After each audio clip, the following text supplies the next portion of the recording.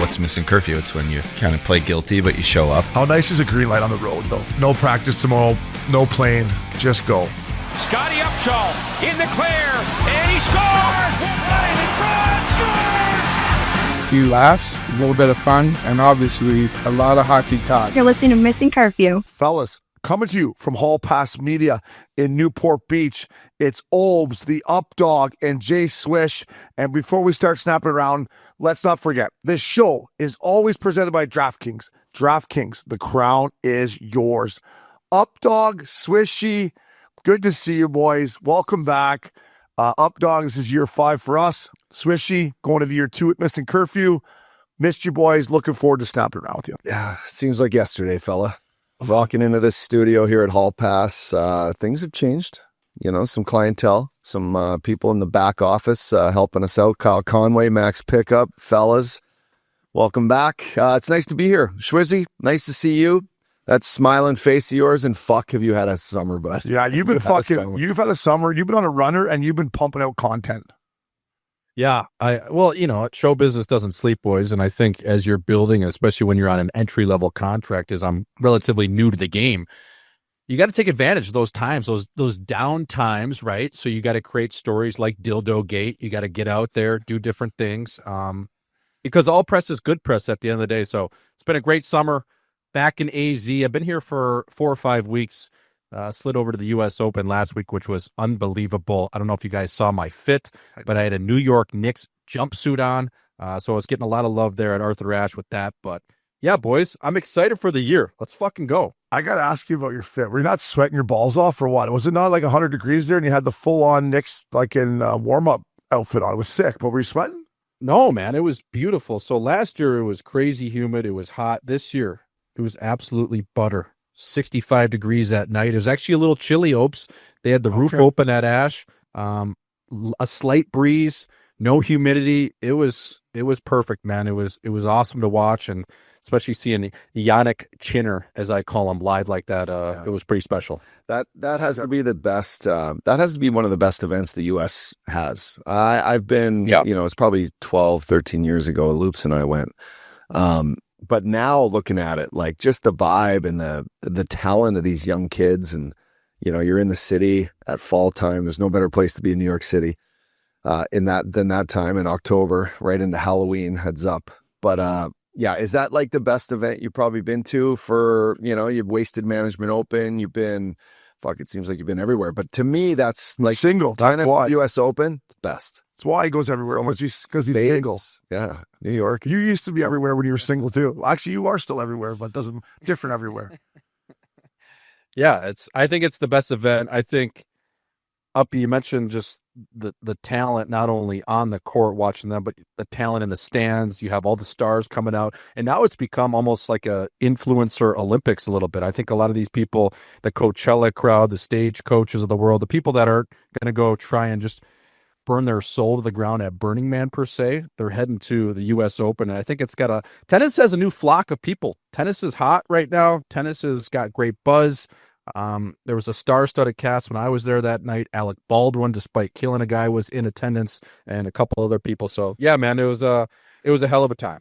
Brick killed the guy. I was just gonna say. Well, he should have been standing there. Hey, so I've never been. I'd like to go. I'm gonna try to go next year. But like, I saw your seat, Swishy. You were sitting on the side. Like, to me, the better seat is on the baseline, right? Like, because if you're sitting to the side, doesn't your neck get sore like watching the ball, or is it not? Like, I see guys on TV sitting on the sides, and their neck. Did you get your neck get sore, or how does that work on the side? I mean, I was three rows off the wood, fella. Not bad, eh? Like, pretty good seat. I like. Do you feel like you're kind of giving it one? Like, was your neck a little kinked after? Did you have to go to what's the Garden of the West there after, or what? No, I didn't have to get a rub and a tug after that one.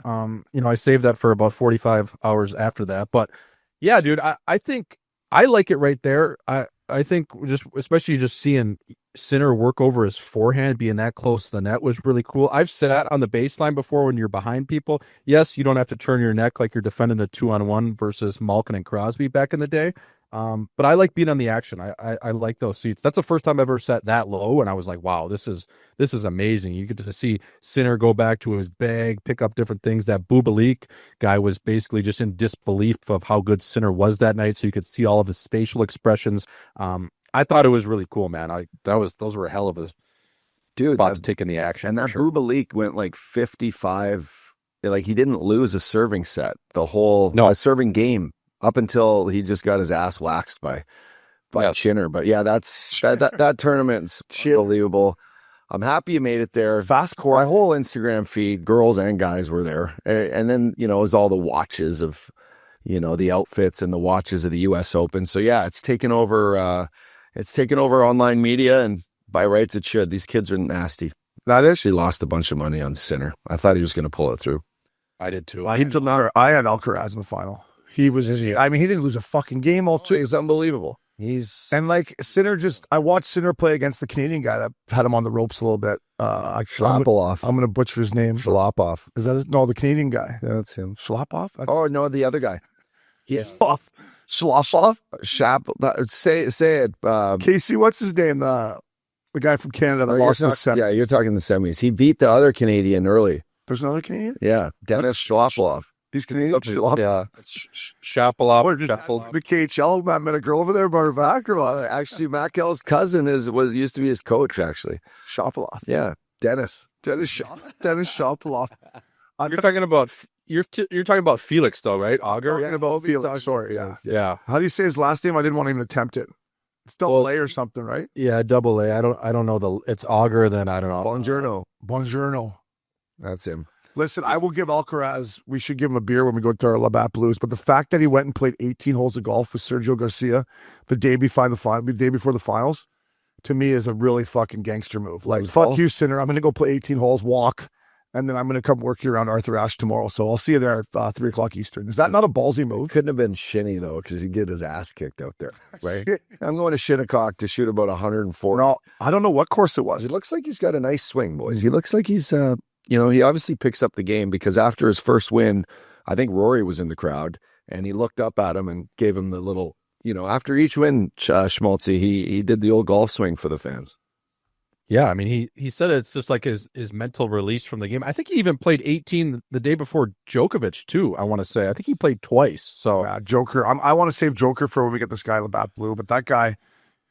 He's a machine, but you're right. When they finish off the matches, guys and girls, and they come out, they all put on their sick watches and do the little thing to the crowd and have their interview. It's such a great marketing moment for these tennis players, right? For sure. They're so marketable, I guess is what I want with that. No, they are. It's, in fact, Material Good, a company out of New York and Miami, they did a deal with your girl Sabalenka, and she was decked out in all their jewelry. Like she wore the gold chains the whole time, playing her watch, and that was done by them. So, Flowers, if you're listening, you probably are because you're fucking on the couch somewhere. Step up and get a tennis player because that's golden, pub. Speaking of bling, who is fucking Justin Jefferson's jeweler? You see the necklace he was wearing last night coming into the game, and then the top 10 one? Yeah, but then the one he wore walking into the barn was this biggest fucking necklace I've ever seen. And then Swish, did you see the two he was wearing during the game? These were the brightest fucking diamond necklaces I've ever seen. Did you see it last night in the Monday Nighter? Oh yeah, I mean he was iced out like a deep freezer. That guy. Dude, the thing is, they have there's that one, I forget his name, he's an Asian dude, the Asian sensation. He's a jeweler out of Atlanta, all the rappers use, and a lot of NFL guys use. I'm blanking on his name, but I wouldn't doubt it if that's the guy he's getting his ice from. Because, man, what do you think he was walking in? Is that real? And is he walking in with 500,000, $1 million on his neck? Like, I mean, what has he got there? PC, can you find what he wore last night walking into the Monday Nighter? If I see it all, I don't even know, man. It was the biggest necklace I've ever seen. And then he had the top 10 one on after the match. This was the biggest fucking necklace I've ever seen. I don't know where it was from, or it's out of my price range. If you got asked, you can't afford it. While we're on the diamonds, did you see Lamar Jackson's jibs? Yeah. Full, just, iced out jibs of what hell is going on. That's sick. He's a gangster. Did you say that's sick? Oh yeah, that's sick. That is, if you're from Broward County, man, and you got like I said, a freezer in your mouth, that is so sick. Oh yeah, iced out, baby, no stylist. Yeah, he's fucking. I love his interviews are not perfect, but he seems like a good dude. Yeah, that's the one he plays in, but the one he walked in is next level. Anyways, but but safe to say they're not buying them from Larry Flowers. I just wanted to, while talking about epic, dudes and events, I went, Schmaltzy, I did the back-to-backers at Oasis this weekend, and it was unbelievable. Noel and Liam Gallagher, these two absolute savages. And you get why they couldn't stay together for so long. These brothers hated each other. Oh, here we go. That's it. That's him blinged out walking in. Yeah, he looks like Stone Cold Steve Austin with that Prince. With that, look at that Stone Cold Steve Austin vest, leather vest. Yeah, those pants are a little Prince. Look at that necklace. That's a good look. Look at that necklace. That Louis bag. That is looking mint. But back to Oasis, like a band. So I mentioned this, but I'm like, fuck. First album I've ever bought, 1995. What's the Story? Morning Glory. The second one was Bryan Adams, Waking Up the Neighbors, and then Nirvana, Nevermind. So three CDs I bought back in the day. Big Scott paid for them. Anyway, and as much as music I've ever seen, I've never seen fucking Oasis in concert. So Rose Bowl, back-to-back nights, went up with Mark LaBelle. Shout out Beauty. Dirty Honey. Going back on tour of Dirty Honeys all through the U.S., so check them out. But they're just sing-along after sing-along, and these guys, the way they speak, you just understand how rock stars they were before. They're from England, right? And yeah. And the fact that they took 15 years off because they hated each other, it just meant that they didn't put out like shitty albums. Just, their label wasn't like, we need another album. And they wash out all their good songs. This was just 2 hours of hits. Each show was identical to the one before. But the people in the crowd, more guys, dudes on dudes' shoulders, throwing beers. Oh, it was a cage match in the GA. Really? Which I had 2 back-to-back nights just on the floor. You just had to duck. There's fucking water flinging over your head. Everyone's just puffing dubs. Nice. Great scene, but a lot of energy and sing-alongs. It was right up your alley. Fuck, I think all I know is Wonderwall, and what else they got? Champagne, Supernova, I know. I Live Forever. Don't Look Back in Anger is an all-time. There's all. They just come to you. As soon as you hear them, you're like, fuck. Sure. What's the Story? Morning Glory is an epic tune. But yeah, it was just. I thought about going, but you know what scared me off of it? The Rose Bowl. I write it. Yeah, it's like sticky. Rose Bowl sucks. I mean, it's awesome when you're there. Like I went and watched Ethan Garbers play a couple years ago, UCLA versus Colorado. Once you're in the stadium, it's beautiful to watch a game. But getting in there, sprinter event or not, it's fucking a cage match. So that's what scared me off it. Yeah, so guys can check this the whole out. This is actually the whole show on YouTube, right? This you could put that on and just puff one down. Some little magic mushroom chocolate. You don't even need drugs. They all just let the screen do the work. Look at that coming at you.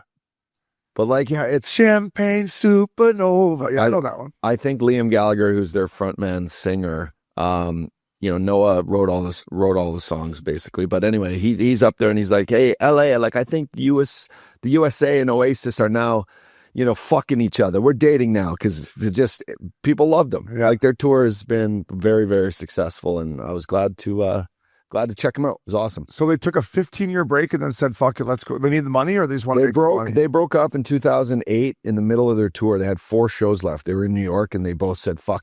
Someone banging each other's girls or something? No, it was something about just you throwing fruit at each other is what I read. You can go down the rabbit hole with videos of these guys back when they were just disasters and hating each other, and you'd be like, wow, I cannot believe 2 brothers like this could not, just sort their shit out so they could go make what, I don't know. They probably made fucking $10 million each on these 2 shows alone. There's 100,000 people in each fucking show. It's crazy. Yeah, for sure. But that's how much you hate your brother, to not go on tour and just sing songs. Well, when business gets involved in it, right? Probably, I don't know. Business fucks up a lot of things. But I'm like, are these guys going to make it in Hollywood? Like back-to-back nights with, the temptations of LA and the way these guys used to run? I was like, it'd be so shocking if they make it to this such a show. Yeah, but the LA is not what it used to be. No, it's not. No. So they probably went out and was like, this sucks, I'm going to bed. Or let's have an after party in our suite. Let's have our after party in our suite. That's sick up, dog. So good for you, fella. The Oasis, baby. Are they still touring everywhere? Was that their last one? Are they? No, they're still rocking. They're going. I'll tell you who's rocking is this Morgan Wallen guy. He just sold out the Skydome back-to-back nights in Toronto. My sister went, but everybody I knew in Toronto went. Guy, girl, this guy, everywhere he goes, hey, Swishy, he just sells them out. Doesn't matter the size of the stadium, sold out. Yeah, I mean, he's a rock star. I thought that was it was a hilarious moment when he brought up Jose Bautista to do his walkout the second night. The first night he didn't have anyone walk out. There were rumors that Amats was maybe going to walk out with him, but I think from what I heard, maybe he wanted his teammates involved, like some of the other Leafs, and maybe politely declined. I don't know if that's necessarily true. I'm still working through that as the People's Insider, but that was the rumor anyways on Twitter.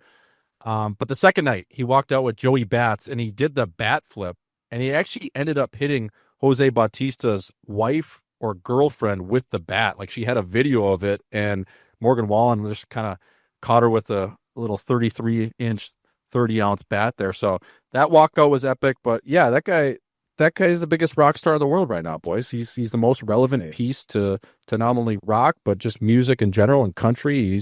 He's killing it. I'll tell you what, the Sky Dome, when the roof's open for a concert, like I saw some social media clips coming out of there with the CN Tower, and it looks pretty sick with the roof open for a concert. I saw Coldplay twice there a couple years ago, but yeah, Bob's still epic fucking. I watched them front row and then up in a suite one time, and both had the same different charm, but you're looking at the CN Tower, fucking Toronto, Canadian babes. Yeah, I thought the first night he should have had either Wendell Clark or Dougie Gilmore walk him out. Yeah. And the place would have went fucking bananas the first night. Like, he should have had either one of those guys, in my opinion, Dougie or Wendell. What about Ty Domi? Or Ty. Or Ty. Mitch Marner. Mitch Marner. I mean, listen, you heard about this guy. Like, so I guess someone got his address. Did you hear this interview he did? Yeah, with the bodyguard. Someone got his address, and his wife's dad called them and said, "Hey, your address has been put out on social media. Like, get the fuck out of there." Like, people were coming for him after Game 7. So I could see why he left town. I mean, that was probably the final straw. But he's like, "Holy fuck, they're coming for me here." Vegas, they're coming for me. Yeah. I text my high school buddies. I'm like, "You guys threatened to kill Mitch Marner or what?" Fuck. Vegas or get your head taken off. I don't know. I mean, think about that though. It's kind of scary. Yeah. It's kind of scary. Like, as horse shit. I never experienced it, but it's kind of the territory. Lose all those Game 7. My first thing when I saw it was like, fuck, should have played a little harder in Game 7, bud. But my second thing was like, I get it. Like, why would he want to stay there if that's happening to him? Like, it's mutants. It's at the end of the day, it's a big deal, but it's just a sport. Just a game. It's just a game. Just a game. It's a game. It's just a game. I can't wait to see old Mitchie Marner and Ike's and see what he does in the desert here. It's gonna be good for the first period overs. I told T-Rex, first period overs Vegas is gonna be good. Pretty good sentiment. And once they lock Ike's up for 8 years, we're gonna talk about that in the rumor mill. Yeah. Hey boys, I just want to finish on the U.S. Open here. You guys are more tennis guys than me. I do love prime time at Arthur Ashe, Swishy. I do love watching that. But why did guys like Alcaraz and Sinner wear the same outfit every fucking match, same color, same everything? Like, is this not a time for Nike and these guys to show their whole line? Like, hey, this is our whole line of tennis.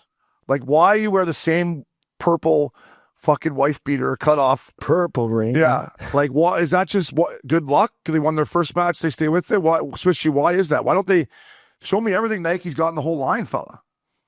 Obes, it's like you on the blackjack table. It's like you maybe in your single days.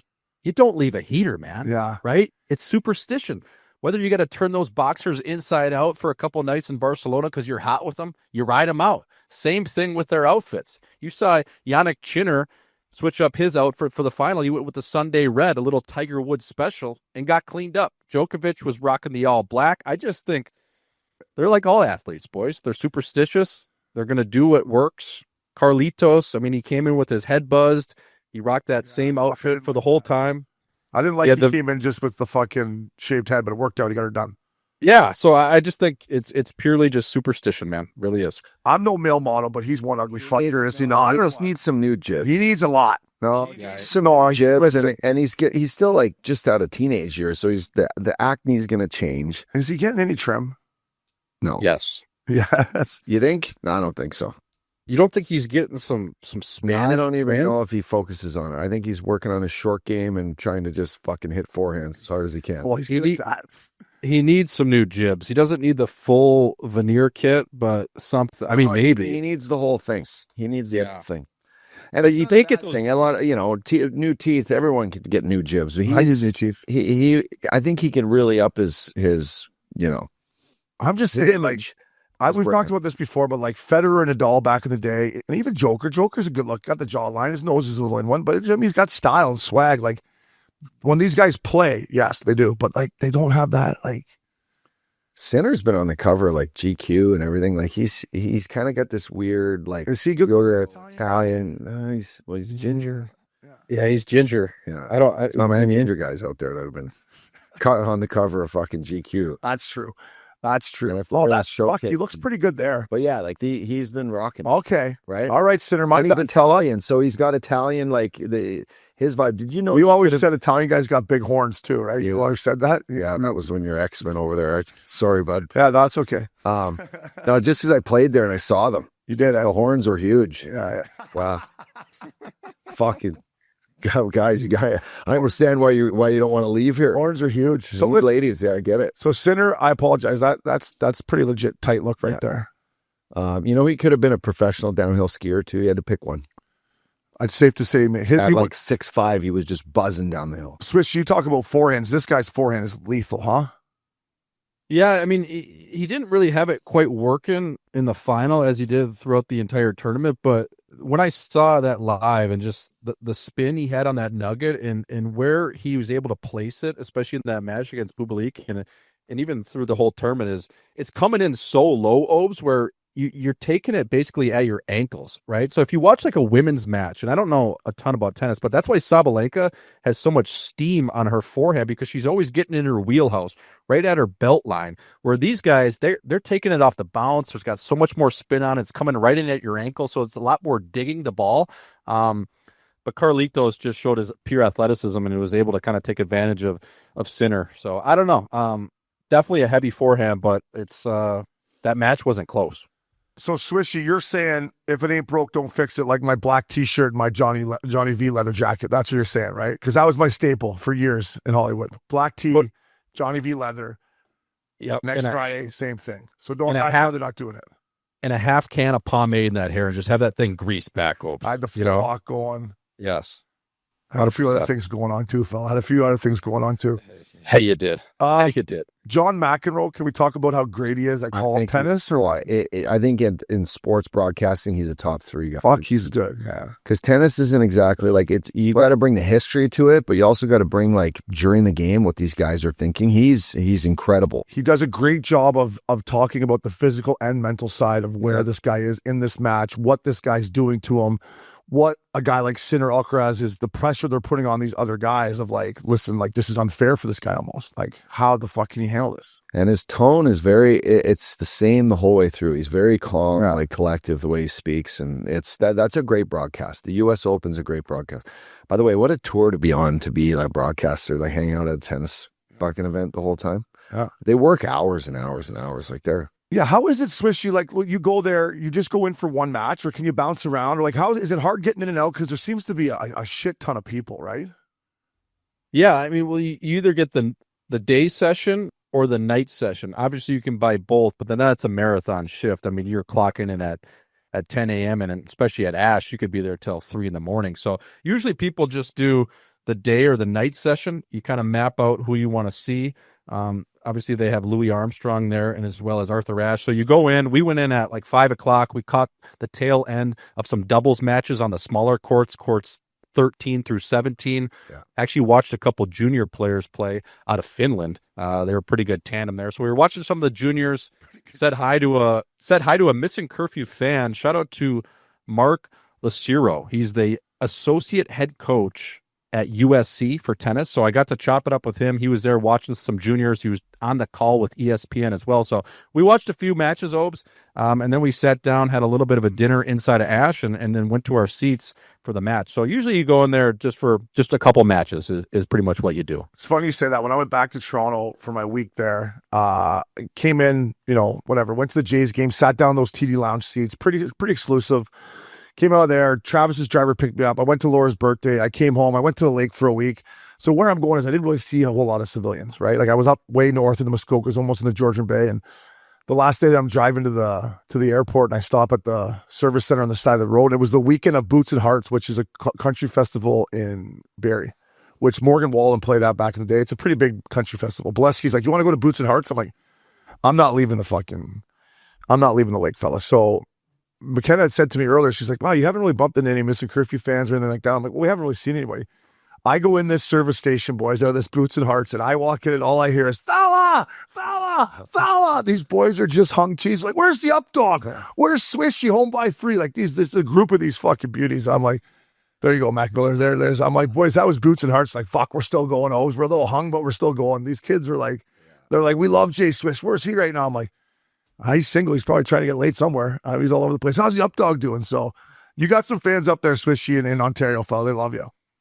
Oh yeah, especially a crew like that coming off of Boots and Hearts, just all strung out. You know what I mean? Just getting right back at it. You can't drink all day unless you start in the morning, boys. So be hungover, but not today, eh, Swishy? And that's the best line going. They had some good. Yeah, they had some good company with them too. So, congrats to Alcaraz and Sabalenka. Is that how you say her? Fucking, she's man, she hits the ball hard, huh? She parties too. Yeah, fucking. No, I know she's rushing. She got it all. She's getting after it. Last little thing here, boys. Our little intro. Swish, you travel more than all of us. Listen, I've been nose have been broken a bunch, hit in the face. I can't smell a whole lot of things, but lately I have noticed in airports and stadiums that these men's rooms, boys, they're fucking awful nowadays. Like, is it me getting older and getting softer, or are we getting stinkier, or is the maintenance and cleanup crew not what it once was? Like, change the fucking urinal. I'm sick of going into a fucking John Wayne Airport. I go in to take a piss before my flight. It reeks like shit and piss and BO. And what is going on here? Just, like, what is going on? It's stench. You can't miss it. It's stinky. Yeah. Do you guys notice that, or am I the? I think money well spent would be fucking. Well, what are you doing with all this tax money? We fix our toilets. Yeah, we need people in stadiums and airports cleaning up these shitters. Fucking give us some Febreze to wash. I was gonna start bringing it, just start spraying. My courtesy flush, fella. Hey, oh fuck! This one guy, I'm like, fella, you okay? Are you dying there? I said to him at the Padres game, I go, fella, you dead? The stink was fucking awful. But Swishy, do you notice this throughout the airports that it's getting worse, or am I just getting soft and old and sensitive? I mean, I think they're disgusting anywhere. Public restrooms, urinals. The nothing grinds my gears more when you go into a public restroom, especially at an airport, and you see like a pube in the urinal can. Dude, I almost sucker the wall and I walk out of there. I'm like, are you fucking kidding me? Trim your fucking bush. And this is disgusting. How nice is it when you go to an elite steakhouse, Obes, when they have the ice in the urinal? So you can't see any of the piss build up. You just piss into the ice, and then the ice guy comes in. That is national. See, we need ice guys in stadiums and fucking airports. Yeah, it just smells like cold piss after that. But yes, 100%. Nothing's worse now, boy. Wait till you have kids. Remember, kids go in to take a piss, and they like kind of climb up on the shitter, and you're like, whoa, no. Oh, you got to do the whole landing pad, fucking helipad for them with the toilet paper and everything. You're just like, kids, don't touch anything in here, all right? Like, I know what goes on in here. I'll tell you what, I've almost shit my pants a couple times getting that little Trojan condom over the toilet bowl, whatever it's called, the little scrambling, like, trying to get her down. Toilet domer, whatever it's called. But hey, do you just bring wet wipes with your kids everywhere, or how does that work? Like, are you when they're babies, yeah, but not like germs. So it's not the first thing you have on you when you have like a 5-year-old or 3-year-old. No, but kids can battle germs. It's you that's going to probably end up getting sick out of it, right? Oh, it's just you don't want your kid with his hand all over the toilet just because it's like that shit's not coming off, no matter soap or anything, no matter what you use, right? Like when was the last time you just rubbed your hand all over the side of a fucking men's public bathroom? No chance. Well, I'm just kid like climbs up on there and you're like, whoa, Beckham, down fella. Yeah. Oh, I know. My nephews tucks his little horn in there and you're just like, hey, don't touch it or anything. But don't touch it. That's not how you want to get something, fella. And, well, I will say this, and I don't know, this might be too much information, and maybe the boys are going to judge me here, but like when I use washrooms now to take a leak at the airport or stadium, I no longer wash my hands. I put my cock out. I let my cock flip out. I got my hands up. I piss. I bring it on. Now, if I get piss on my hands, I will then go. I think it's in the air. I think you want to I'd rather just touch my horn even and not go near any other human being, any other mutant, or touch the faucet. That faucet is dirtier than my horn. I know that. Yeah, for sure. I don't want to go near another human. There's the guy with his ass cracks hanging out. He's blowing his nose. You're like, just knuckle the horn. Just grab the horn like that with the knuckles. You don't really have to put the fingers on it. Just pull it out with the knuckles. So I just go in, flip her out, take a leak. I'm trying to get in and out of there, Swishy, as quick as possible. And sometimes people look at me like I don't wash my hands. I'm like, I give them right back. I don't care. I'm not doing. I don't know. I think it's cleaner. This is probably a stupid thing to say, but I think it is cleaner not to touch any other faucets in there. Just piss. Now, obviously, going to take a dump's a different story. But when you're peeing, that's what I'm doing nowadays. I hate when there's no like the towels left. So don't shake my hand after I come out of the bathroom. Don't give me a high five. Just knuckling. Am I way off here, Switch? You think that's not a very good? No, I'm with you. I usually just carry the handheld size of hand sanitizer because those faucets, those sinks, they're so greasy, man. There's snot in there and hair. Oh. Guys farting. And then you got some guy using the sink like it's a shower. It's like, come on, bro. Like, what are we doing here? You're rubbing under your armpits with this water. So, yeah, I just usually carry a handheld size of the hand sanitizer, and then I dust it off that way, man. Okay, so I should probably maybe mix that in the workday. Maybe mix that because you got to kill the germs a little bit. Like you're in that stinky box. How often do you pee on your hand though? Never, really, right? Are you saying just because my hand's near the actual urinal that something could jump off there and hit me? Because I'm talking, I flip it out, my hands are here, I pull it up, I pull it in, I'm gone. Yeah, no. Yeah, but just unless I got shrink dink, then I'm in one a little bit. But or if I got some flow, I can be all right. If you're pulling the balls out too and sweaty balls, you don't want to be going and panning someone a piece of gum or something. I don't typically pull my balls out to piss, do I? I like that. If you like to get them right out there, pull them all out. Let them air out for a bit. But by the time you went through TSA, hair dryer, yeah. But by the time you went through, I got my nuts and I'll put them back in until I'm actually almost out of the bathroom. I keep them out for a while. Hey boys, this is what I'm working with. What are you working with here? You would put your nut sack out in the fucking men's room. Chili dip it. What were you going to say, Swish? Sorry, buddy. I was just going to say, by the time you go through TSA, you've had your phone on some grimy bin. You grab all of your essentials. Like your hands are in one as is. I think for good measure, Obes, you should just throw a little hand sanitizer on there. You know what I mean? Fuck, I didn't even think about that. Yeah. Right? Because even though you're not touching your wrench, there's still just a lot of buildup on those paws. Yeah, but you're saying you should, it's just, so either way, your wrench is in one, because if you go through TSA, touching all that shit, and then touch your wrench, yep, you're in one either way.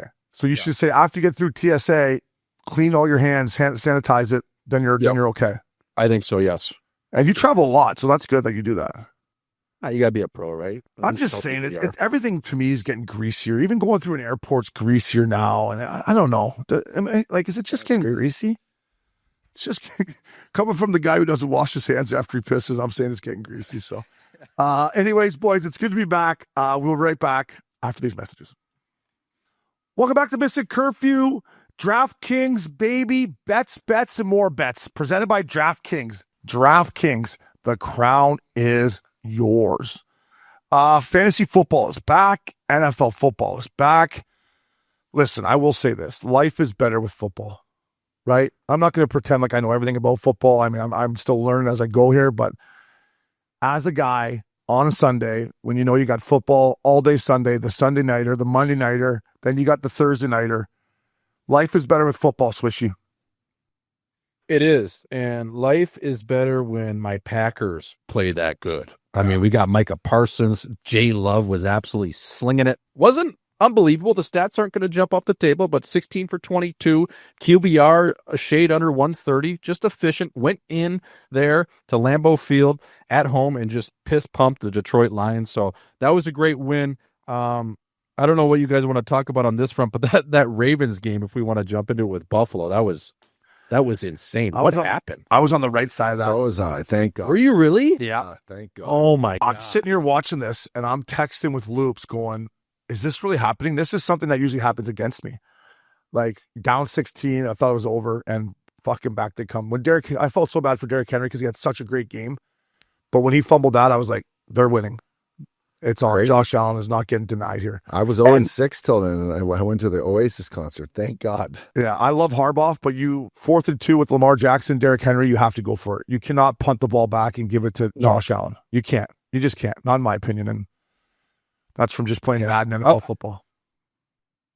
How do you not go for it? You got a reigning MVP. It's 4th and 2 and a hook. You're on your own 41. Even if you don't convert that, there's a good chance they probably score quicker, and then you at least get a chance to go down and march down and score again, right? Like punting that ball away, it just felt like you could feel the tides turning that whole last 5 minutes, and that it kind of that's like playing scared a little bit, isn't it, fellas? Big time. And like, I was listening to Get Up this morning or yesterday, and Rex Ryan, right? And Ray Lewis is at the game. And like old school, like when we were playing the NHL, the Ravens with Ed Reed, Ray Lewis, Suggs, like their team was defense. Like nowadays, like their D isn't that good. It's good, but it's not like it was. And you have arguably the best, quarterback and arguably the best running back. You got to let those boys win the game for you. That's how I thought about it. But listen, you're talking about your Green Bay Packers, Swishy.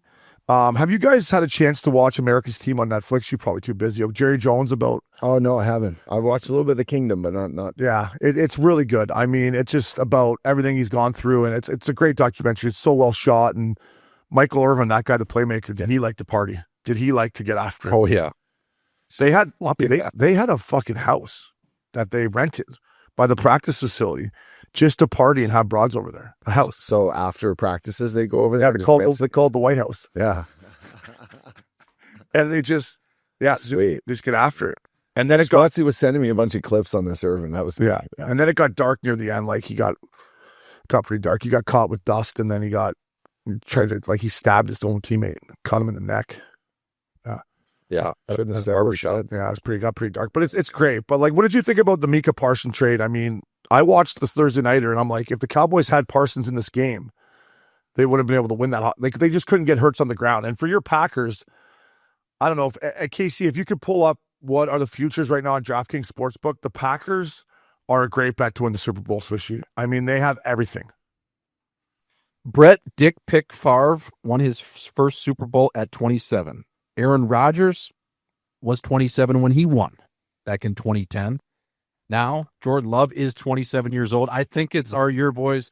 We got a good squad.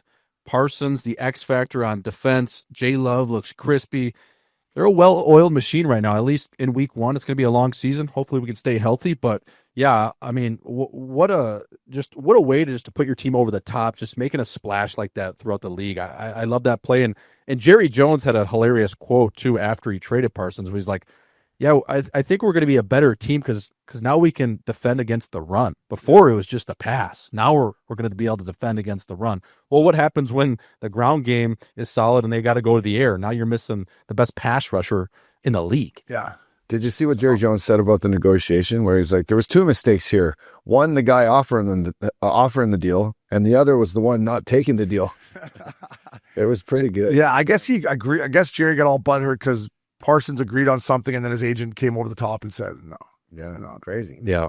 I think it was that fifth year that I think Parsons, he wanted a 4-year deal. So theoretically, if he plays well throughout that contract, he can get re-upped for a bigger ticket as opposed to signing a 5-year deal, which Jerry was offering him. So I think that was the hang-up. It's a lot of money, though, for old Parsons, but he does have to, no disrespect to Wisconsin, he went from Dallas to Green Bay. I mean, he will be able to save all $188 million of that because there's not a whole lot to do in Green Bay, right?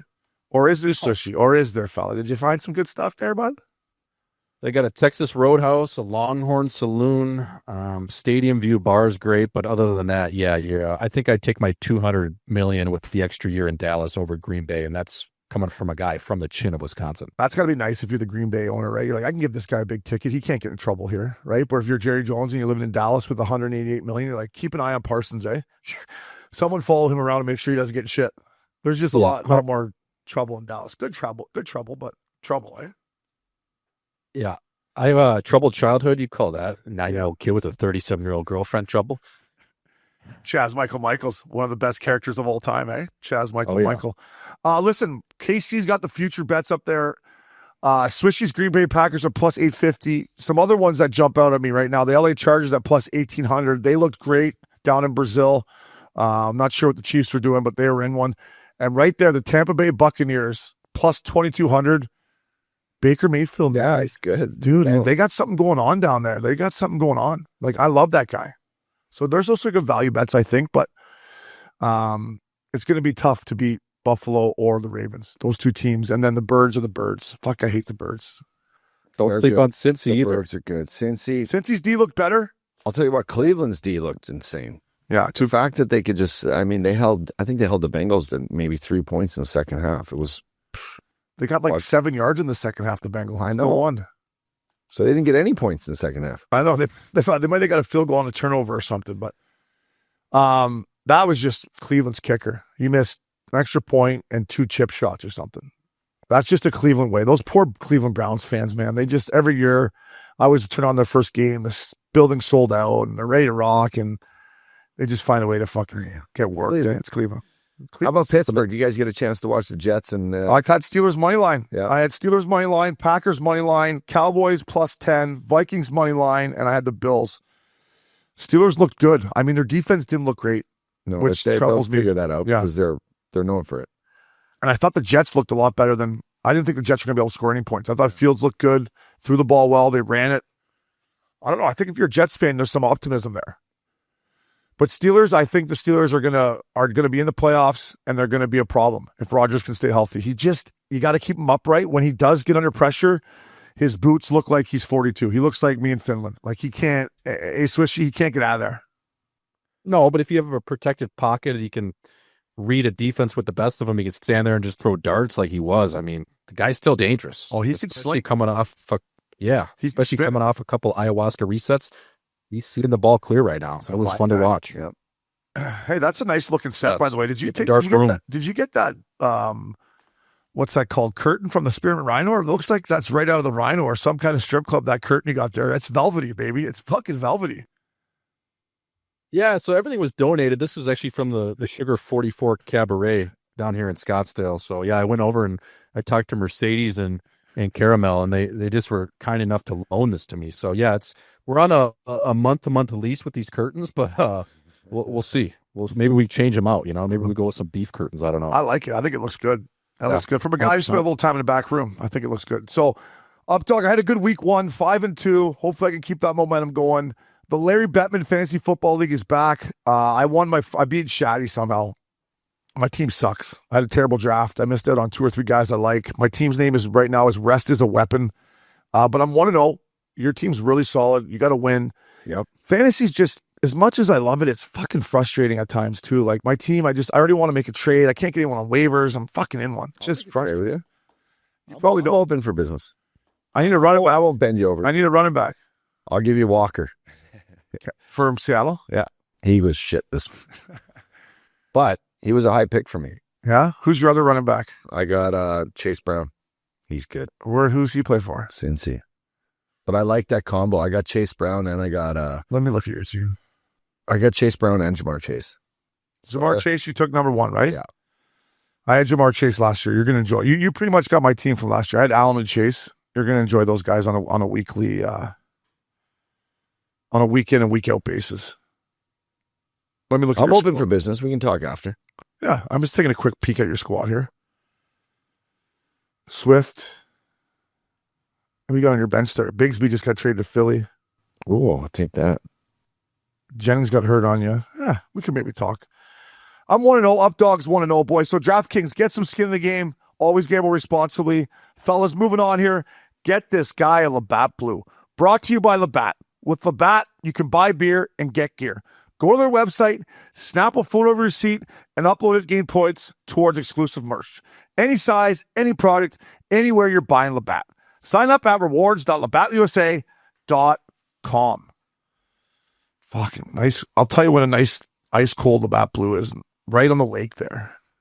And I went to the store there and bought a couple ice cold Labatt Blues, kept them down by the lake in the fridge. Get off the boat, slam them. Fucking pristine Pilsner. They were tasty. Yeah. Taste. I did a beach weekend on Labor Day. Oh, yeah. The big guy. I brought down 24. He guzzled him down in about 4 hours. Oh, yeah. That's the big guy. Could took a block. He's slowing down a bit, eh? Yeah, 4 hours. He's slowing down a bit. Oh, he was one after another after another. It was impressive work. Was he? A little Clamato in there to start. I saw that he took over Loops' beach house. I said, your beach house is having a shaker, but not the shaker we used to have. There was kids and fucking. There was kids and fucking toys and sand toys and. Swifty, I wish we knew you then, bud. Fuck. Swishy would have been a nice addition to those parties. I know. You would have had some fun. If the walls could talk, boys. Yeah. That's the best line, I think. You guys have both had some really good, solid one-liners over the year, but when you guys would have maybe some female friends back in the day come over to that house and you said, if you hit the water, you went too far, right? Because it was right on the strand. That's a great line. That's how I text them. I'm like, 38th, I won't say the address, but I'm like, yeah. I'm like, yeah, here's the address. If you hit the water, you went too far. Turn over right behind you. And right behind you, they're playing volleyball. Get this guy, Labatt Blue. I got 3 boys. First of all, it's Joker, the 38-year-old, still digging at the U.S. Open. Lost to Alcaraz in the semis, but his quarterfinal match, man, he was huffing and puffing in the 4th set. And I'm like sitting there thinking, this guy doesn't need the money. He's won 24 majors. He's out there playing his balls off just because he's a competitor. I was like, you know what? That's what makes him special. So Joker, I hope you had some blue lights after the U.S. Open, buddy, because you deserve it. A 38-year-old veteran. Josh Allen to the Buffalo Bills. What a comeback. They're right there in Buffalo where the Labatt Blues are brewed. Get a Labatt Blue in you, boys. The fans there, Josh Allen, everything about that team. I don't know if you guys watched Hard Knocks. It was great to get a behind-the-scenes look at Josh Allen and the Buffalo Bills. He seems like a great guy.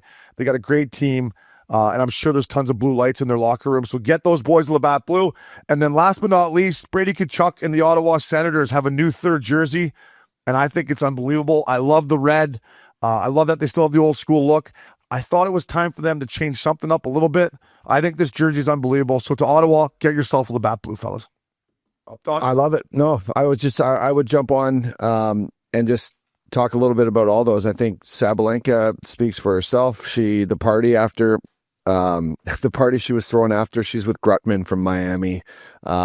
She's right into downtown. Yeah, he sits in her box all the time. She won last year, and then right away she hugs him when she goes up in the crowd. So she parties right. But yeah, no, Josh Allen, boys, is a beast. What a story to him. And he just, every year I kind of say, this is his year. This is going to be it. So we'll see. Can he get by? So anyway, throwing it to you there, Schmaltz. You got a Labatt Blue, bud? Yeah, I'm just dishing an icy cold Labatt Blue to Bobby Flay, sitting there at the U.S. Open, Arthur Ashe, with his newest girlfriend. He's been married 3 times, boys, so just giving him a beer, just not quitting on love, right? He's a resilient fella, and he's looking to find love for the 4th time. So I just want to give a shout out to Bobby Flay, not only mean in the kitchen, but not quitting in his all-around game. So good on you, Bob.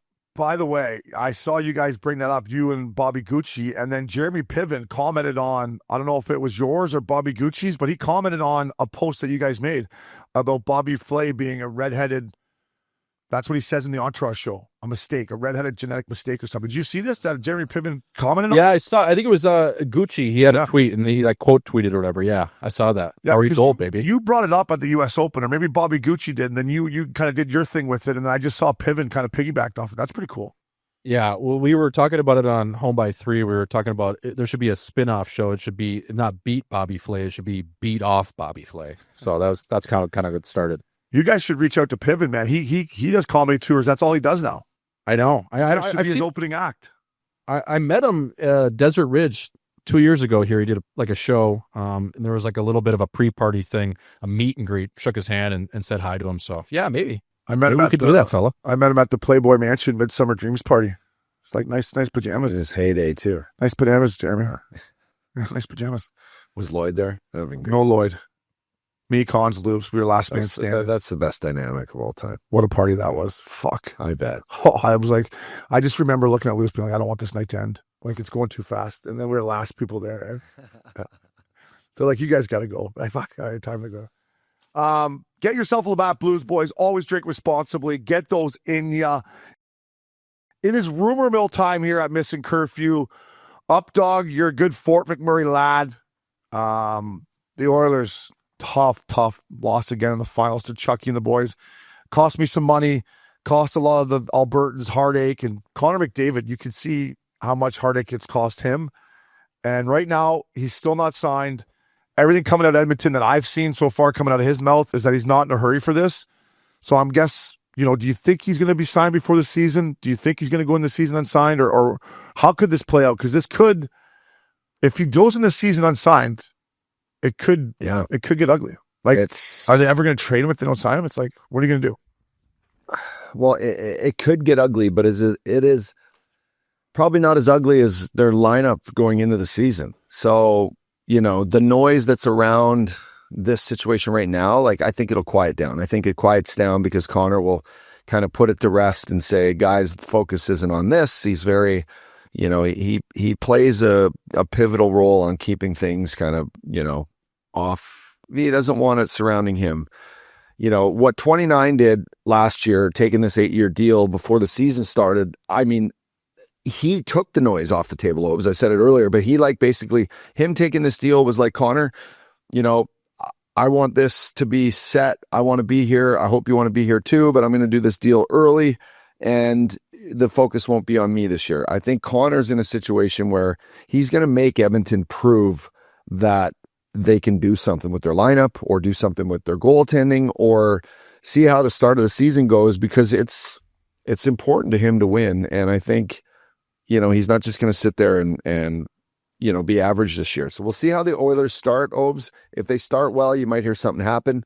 I think other than that, it's going to be a little bit of a noisy season for the Oilers. Swishy, what's your gut feeling on McJesus in 97 staying up there? Yeah, I think he's slow playing it. I think he's going to mull over his options, not only with his agent, Judd Moldaver, but his family as well. Ultimately, Obes, I mean, gun to my chin, I have no idea what he's thinking, but I would say he lands somewhere between a 1 and a 3-year deal. And I lean towards something in the 1 to 2 year department, just to kind of almost like it's like another bridge deal to prove for the team to prove to him what they can piece together, what Stan Bowman ultimately can throw together for a lineup for McDavid. I think getting a goalie in there is vital, adding some secondary scoring, different pieces that they need to address to ultimately hoist the mug. So I don't know. I think he's going to take his time. He's cool, calm, and collective. As many times as Ryan Rishaga is going to ask him when he's signing, he's cool with it. He's going to play ball. And ultimately, I think, you know, we'll have a decision, I don't know, somewhere in November or December where maybe he signs an extension. I could see him going 1 year at Drysdale's cash. Just I can see it. You know, see if you can build a team. But what does 1 year get him? I mean, he's going to get some cap relief here, Stan Bowman, in the next couple of years, but next year he gets it, right? Listen, ups. They, in my opinion, Ekholm's got 1 year left, and we'll see what happens to him. Yeah. Now, is Ekholm even a legit number 1 defenseman? No. Oh, he's not. Evan Bouchard, I don't care what anyone says, is not a number 1 defenseman. So you look at this team, you don't have a number 1 defenseman, you don't have a number 1 goalie. And right now, your second line is Paul Colson, Draisaitl, and Matthew Savoie. Yep. And your third line is Isaac Howard, unproven kid out of Tampa. They just traded for Nugent Hopkins and Trent Frederick. I love Freddie.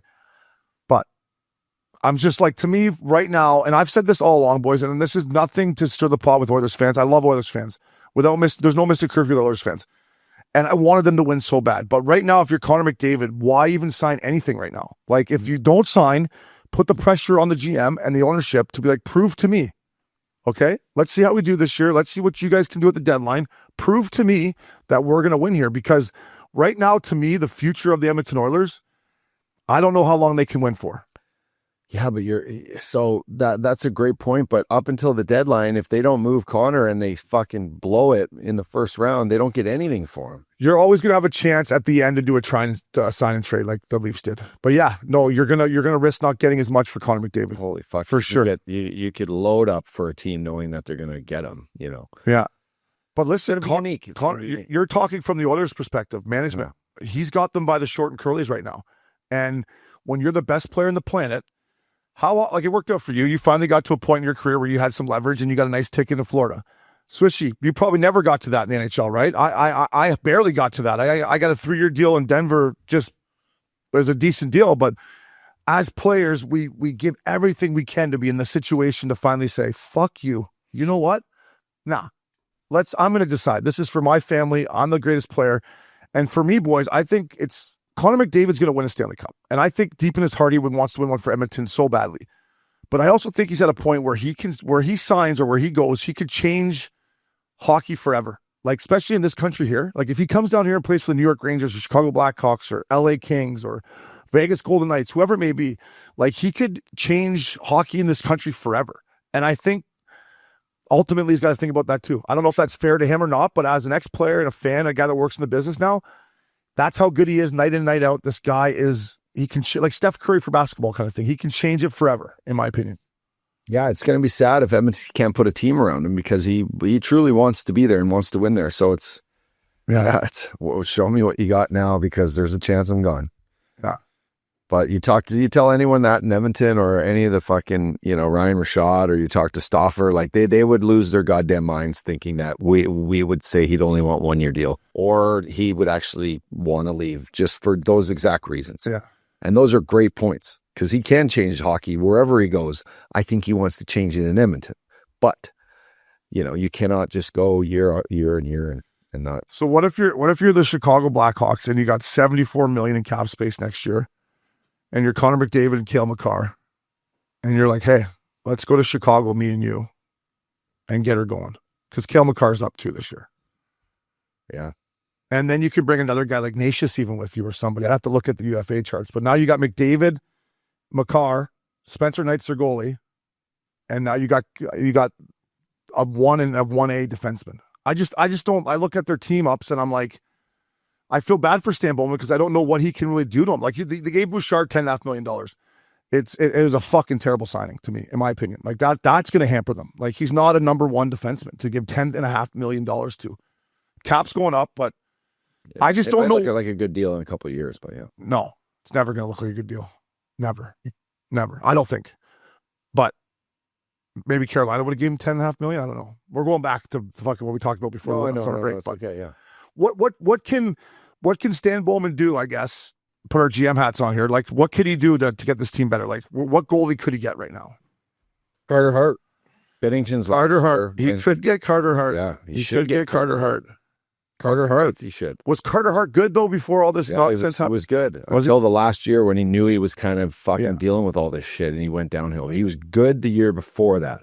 He was really good. Yep. And he's still young. Yeah. That's what they're probably going to do then. And he's cheap. He'd be cheap. Yeah. 800. You're getting him at a going rate. But don't you think McDavid, you don't owe anything to anybody in this life. But if you see your buddy Leon Draisaitl take an 8-year deal, don't you think there's a sense of loyalty and to give back to that player that he committed for 8 years Obes, where he would take at least a 1 or a 2-year deal, and if it really didn't work out, he'd say, all right, fuck off, or is he not even thinking like that? I can't believe Draisaitl fucking signed an extension either. But I don't know. But Uppy made a great point that maybe Leon was like, I'll sign to take away the noise, right? Like, I'll get a deal done. Let's just focus on winning a cup here. I'm going to take an 8-year deal for whatever. He should have just took 4. Then he really would have got Connor to stay for at least 2 or 3. I mean, Leon could always say if Connor does leave, which I'm not saying, I don't think he will, but if he does, he can always say, I want out too. And they could trade him. He's not just because what he may have been thinking is, I'm going to get the max. Maybe his agent knew, like, hey, listen, you can get 8 years here. It's about to go to 6. If you want to get 8 here in Edmonton, let's get it for, what's he making, 13 or 14? 14. 14 and a hook. Let's get your 8 here. The new CBA is coming in. It's going to 6. I don't know. Maybe he just wanted the longevity, Leon. I don't know. Who knows how his body feels? I don't know. Maybe for sure. Absolutely. No, that's a great point. And you're right. If it goes really to shit and 97 leaves and they're still stuck with just Bouchard as their best D-man and no goalie, he could go in and say, listen, just load up on draft picks and change the team, but I got to go somewhere else. Yeah, and I hope Bouchard proves me wrong. I hope this year he really shoves up my what. I hope Stan Bowman proves us all wrong and fixes this thing. Because Florida got better. He's running out of time to fix it, though. We're still. If you would have told me that going into training camp they would have had Stuart, Kinner, and Picard in that, I would have said no chance. This Isaac Howard, I'm interested too. Like they're counting on him to be a big player. You know what I mean? 20-goal guy at least, I would think, as a rookie. I think they have high hopes for this kid. That's another deciding factor, I think. If he comes in and he's in Bakersfield come November, that doesn't look great either. That's another slot they have to fill, right? Yeah. So, I don't know. I think they have high hopes for that kid. I'm sorry, Oilers Nation. Bobby Stafford, all the boys up there. I hope he resigns. It just, I don't know. To me, I like that he's taking his time, though, boys, because when you're, like I said, the best player on the planet, take your time. However, with the rumor mill continuing here, boys, Kaprizov still hasn't signed. Ike still hasn't re-signed. Do you think these guys are waiting to see what happens with McDavid? Like, McDavid's going to set the bar? Like, if you're Jack Eichel and you want, I'm assuming Eichel wants $15 million a year, probably, right? Yep. So he has to wait and see what McDavid does he not? Because if McDavid signs for 18 or whatever, I'm just throwing out numbers here, then he maybe asks for 17 or 16. Like, do they have to wait for the big fish before they can sign, or how does that work? I think they're all big enough fish to set the new bar anyway. I think Leon Draisaitl is probably where, McKinnon was the year before. And that moving forward, but knowing where the cap's going, Obes, like a guy like Ike's can set the bar for everybody too. You're talking about a guy that's 1B. Okay, Connor's 1A, Ike's is 1B. I agree. Let's look from a management perspective now. If you're the Vegas Golden Knights and the Minnesota Wild or whoever, are you waiting to see if McDavid signs before you? I love Jack Eichel, but are you waiting to see if McDavid signs before you give Ike's? I think you offer Ike's like Marner money and see if he takes it. And then you got your two forward, you got your two centermen locked up for the next 8 years, and you're moving on. I'm just saying, with the best player to arguably maybe ever play, still going to be an unrestricted free agent July 1. As an owner and a GM, are we not having to wait a bit to make sure that we got money just in case this guy does come available? Especially if you're the Vegas Golden Knights. I love Ike's. I think Ike's is one of the best two-way centers in the league, but we're talking Connor McDavid here. Like, you think Kelly McCrimmon and the boys Swishy are like, well, hey, Ike's, we're going to get to you. Let's just wait and see what the big boy up north is doing before we get to your, 6 or 7, 15 bananas a year kind of thing. Yeah, I think they're going to monitor that if you're Kelly McCrimmon and George McPhee. But I would say they're probably looking even more so at Minnesota, what Billy Guerin is going to offer Kirill Kaprizov. I think that's going to be a heavy number. Craig Leopold, the owner there in Minnesota, has publicly stated that this is going to be probably the biggest contract in NHL history. So if you're Vegas, you're probably looking at that first and be like, okay, what is Minnesota going to pay Kaprizov? Obviously, Ike's is a center. Kaprizov plays on the wing. But I still think that's when you're going to monitor and see what they pay him. Like, is Kaprizov going to get $16 million a year? I mean, Minnesota, they haven't had a game breaker since 2001 with Marian Gaborik, right? So I think that's a guy that, for their brand of hockey and to get to where they eventually want to go, where they haven't been ever past the second round, is something that they're going to really make a splash with. So I think if you're Vegas, you're sitting in the weeds and kind of monitoring what they're doing in Minnesota and what ultimately Billy Guerin's going to fork over for 97 with the Wild. Well, it's not just Billy Guerin. This Craig Leopold's not scared to just pull out his wallet. I mean, he did it for Suter, Weber, and Parise. Like, gave them deals that just blew everything out of the water for no reason. Just fucking, here you go. First time I played against Suits in Minnesota, I'm like, hey, you got a $100 bill hanging out of your pants there. $100 million. I'm like, holy wow. I mean, yeah, he was my. They're going to give him. Too. I think it's going to be north of 15. I think it's to who? Kaprizov? Yeah, like 15 and a hook. So what's McDavid going to like? So what do you think's holding this up? Just him being like term, or like what's the number? You think they're arguing the number even? Do you think in his mind he wants? They're not even there. I don't even think they're talking numbers. Fuck no. I don't even think they're talking. I think he's just like, I'm coming to camp and listen, guys. I know you want to.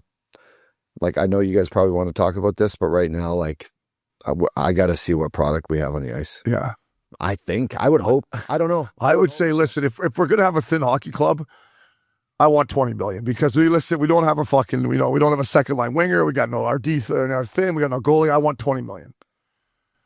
Not saying he's going to say that, but he's it's a lot to prove, man. And fuck. It's crazy. I mean, when's the last time we've been in this situation? Sid always resigned. Nate resigned. Who else? When's the last time? Already had their cups. Matthews resigned, right? Did Matthews? No, he's just taking 3-year deals. No, but did he ever get to UFA? Matthews Swiss year? No.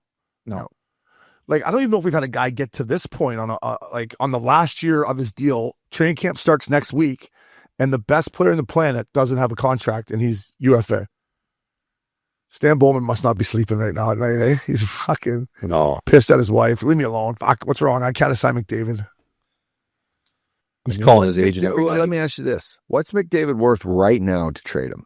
Like, right now to a team, you get him for one last year of his deal, and you got to like, that's worth a lot. So if they don't sign him, maybe moving him before the season is like, what's up?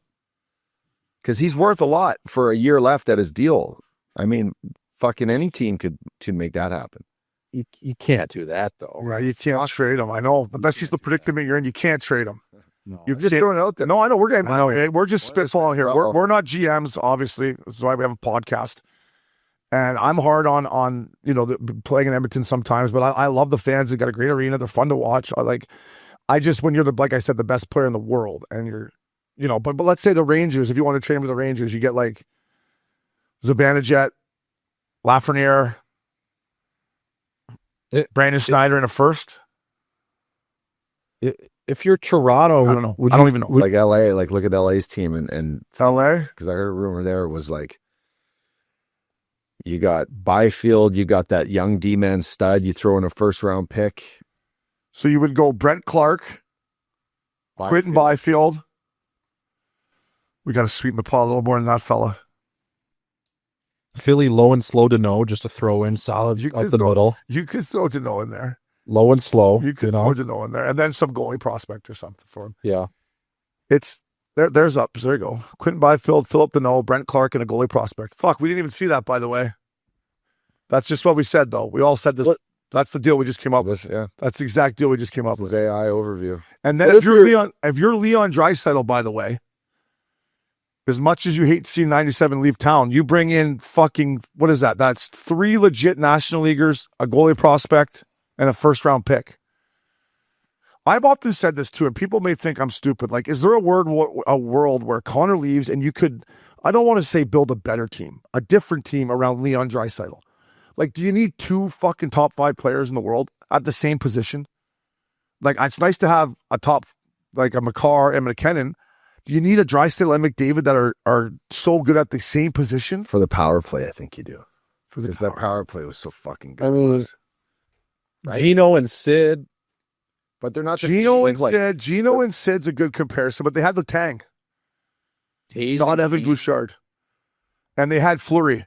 And Kunitz. And Chucky.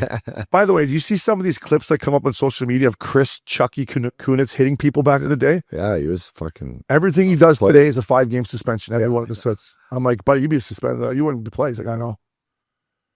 I don't know, Ups. It's just like, I can't imagine at this point Stan Bowman trading him right now. I just can't imagine him doing that. But that's one way that you say, like, listen, we need to, like...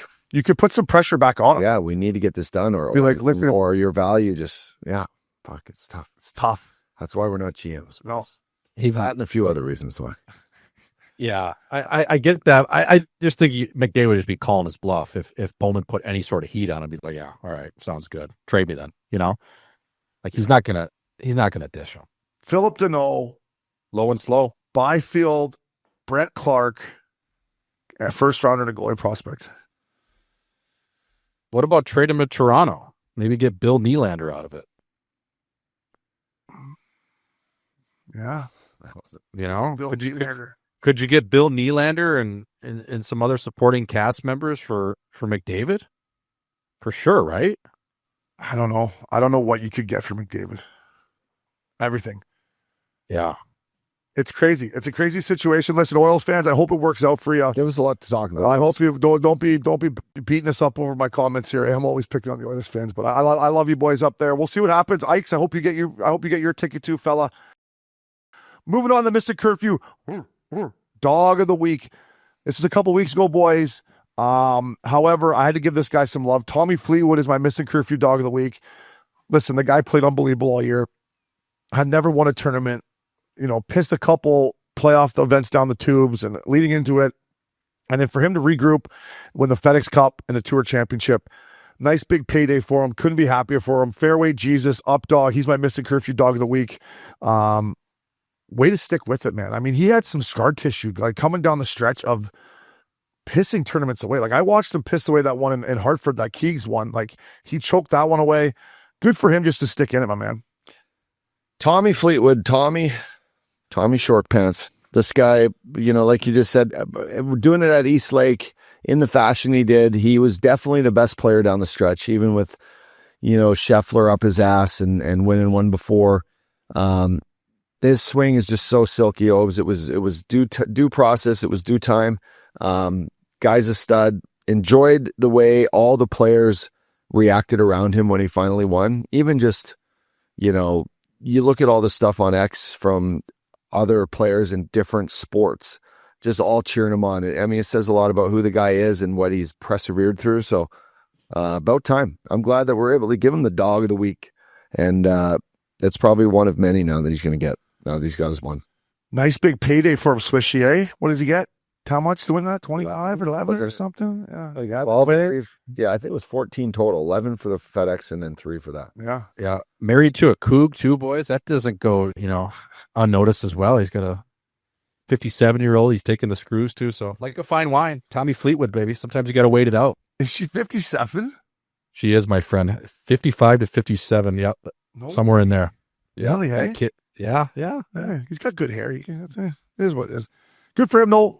Cannot wait for the Ryder Cup. We'll get into that next week, boys. It's a couple weeks away. Keegan Bradley's the captain. I reached out to him to come on. He said, I'm not doing any media till after the Ryder Cup. So hopefully they get it done. But hopefully they get it done. Good luck to Keegan and the boys. I cannot wait to break that down with you and watch that with you, boys. It is milk carton time here at Missin Curfew. That boy, KC's got it up. The Carolina Hurricanes, you are once again on the milk carton for your horrendous fucking road uniforms. With them now, not only do you have a red helmet now you've went and fucked up your logo and your socks look like shit. Just go back. It's awful. To me, that's awful. It is awful. It's awful. Look, go back to what they had when they won. KC, can you please pull up Jeff O'Neill, Carolina Hurricanes white tarp? Yeah. This is what a road... Ray Whitney. Or the Wizard. This is what a road uniform in the NHL should look like right here. Right there. White bucket, white jersey. Let's go. I just they're trying to do too much. Just go back to the white and look at that. That to me is a clean road uniform there. 92 he wore in there. 92. Man, that's a good number. Yeah. Yeah, even the Reds look good. All red. Oh, yeah, that's their homes. Yeah. I like their black ones they wear. Yeah, well done, Carolina. You fucked it all up. Yeah. We'll see how they do, but they're on the milk cart. And then I got one more milk carton here, boys. Casey, I just put in the group text, Jay Swish. I sent it to you. This is our boy, the worm, Corey Perry.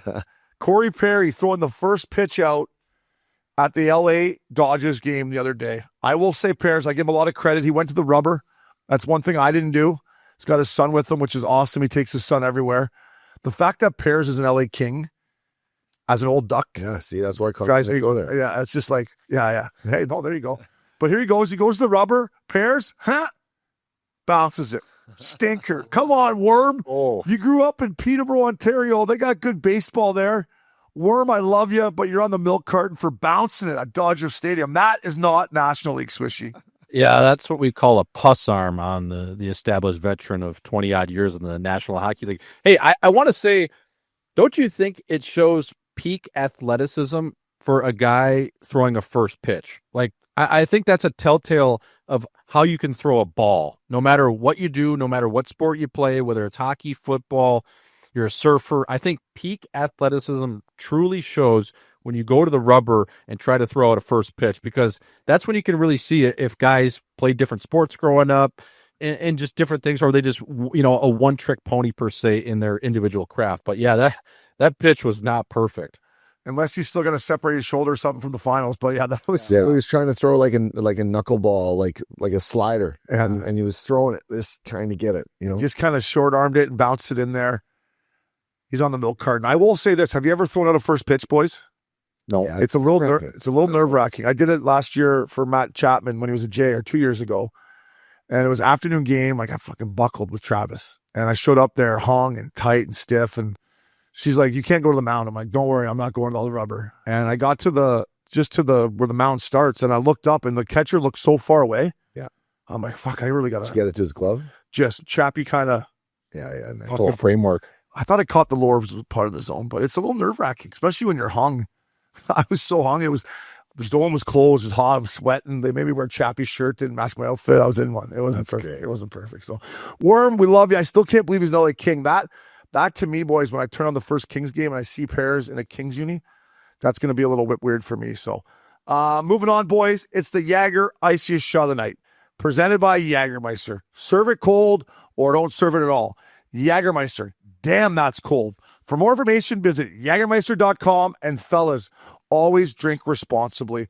We're going to go back to last week, the Good Irish Open, the K-Club Updog, where me and you played, where Lupo went down the parking lot. I put some CBD rub on his back. It still didn't help him. We had to go to the spa. But me and Uppy played this course. I flipped it on, and Rory McIlroy started the final round, I believe, 4 or 5 shots behind. He got to 18, the par 5, which is a great hole, Swishy. It is a sick hole. He pissed on a drive. He ripped in some mid-iron to low iron, and he pours this fucking putt in for eagle. It's our Jager Iciest shot of the night, pours it in. The Irish beauties are going bananas. He goes to the playoff and wins the Irish Open.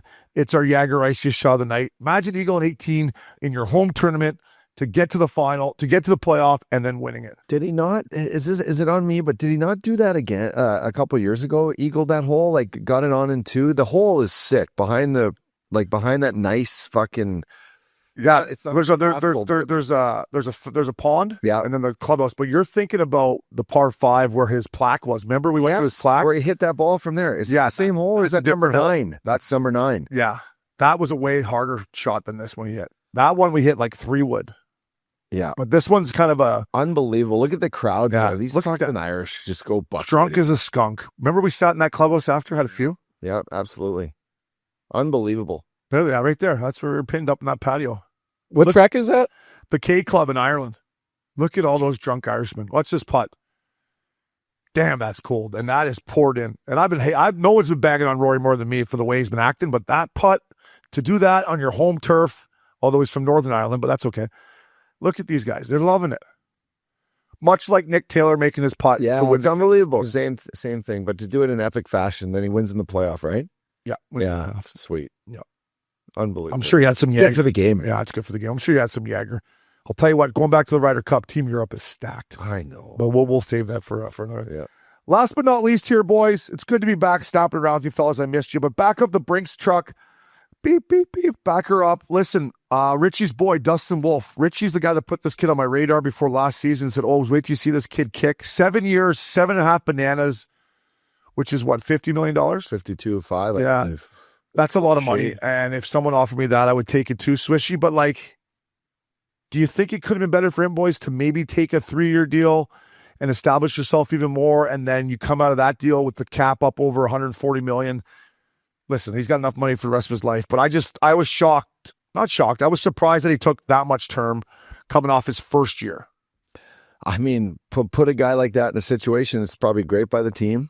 And for a goalie, you never know, like, is this a sophomore slump? Is it coming? Are we going to be good? But at least now it solidifies this kid's future and the Calgary Flames, who hopefully go into a new stadium and have a lot of buzz around. Well, it helps when you got a goalie that can kick. So I think it's good. Now, if he had 2 great years, you probably go, fuck, buddy. You might be going Bobrovsky style. You might want to sit back and just kick 1 more year, and you could go anywhere for max price. I think this just works for both, and he's a good kid. And I guess it's not the worst thing in the world, Swishy, if on year 5, 6, 7, if he's still making 7 to hook, but he should be making 10. It's like, okay, I'm still life's okay here. And the team can use the extra cash to load up on front. Yeah. You don't want to spend too much on your goalie. Yeah, fuck, he's just $6. Bobrovsky, I mean, you're just to hang him in there to tell the Oilers that right now. Especially when you're a 7th round pick too, grinded through the jungle a little bit. I mean, 52 sheets. No, you're right. And as a 24-year-old, I mean, it's not like he was Carey Price, first overall pick, or Marc-Andre Furta. It's like this guy was a 7th round pick, 214th overall in 2019, and the team's offering you 50 plus sheets. I think you just signed that fucking deal, and if you're underpaid at that point, so who be gives it. a shit? So be it. Yeah, I know you guys are both right. And I guess the one thing I will say about the security for him is he's a little undersized. He's athletic. He's one of the most athletic goalies I've ever seen. But if there's one maybe reason for concern why you do take this long-term deal at this age, and I didn't know he was that late of a pick, Swishy, so for him, and listen, I was an 8th round pick, for him to think that he probably never thought he was going to get that much money, right? So you got to jump on it. Hey, it's a great deal for the Calgary Flames. It's a great deal for him. His life's set forever, and I'm pulling for the Flames, so we'll see. And you're right. They got a new rink. They got their goalie locked in. I think good for business. Connie's doing good. So, boys, good to be back. Up Dog, always another Swishy. Always fun snapping around with you. Max, the ice pick pickup. Kyle, Casey, Conway. That was Missin Curfew. Fellas.